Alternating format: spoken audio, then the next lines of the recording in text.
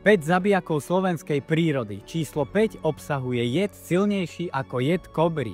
Číslo 1. Rozpuk jedovatý. Rastie v blízkosti vôd, malý kúsok koreňa môže spôsobiť bezvedomie, krče a smrť. Niekedy sa zamieňa s koreňovou zeleninou, čo môže byť veľmi nebezpečné. Číslo 2. Ľuľkovec zlomocný. Lákavé tmavé bobule a smrtiaca pasca, už 3-4 bobule môžu zabiť dieťa. Spôsobuje halucinácie, zástavu dýchania a smrť. Číslo 3. Durman obyčajný. Celá rastlina je prudko jedovatá. Vyvoláva halucinácie, paranoje, stratu pamäti a vo vyšších dávkach aj smrť. Číslo 4. Jesienka obyčajná. Obsahuje kolchicín, jed, ktorý zabíja pomaly, no isto. Prvé príznaky prídu až po 2 až 6 hodinách. Číslo 5. Ricín obyčajný obsahuje jed silnejší než jed kobry. Pôsobí zákerne, prvé príznaky sa môžu prejaviť až po 10 hodinách.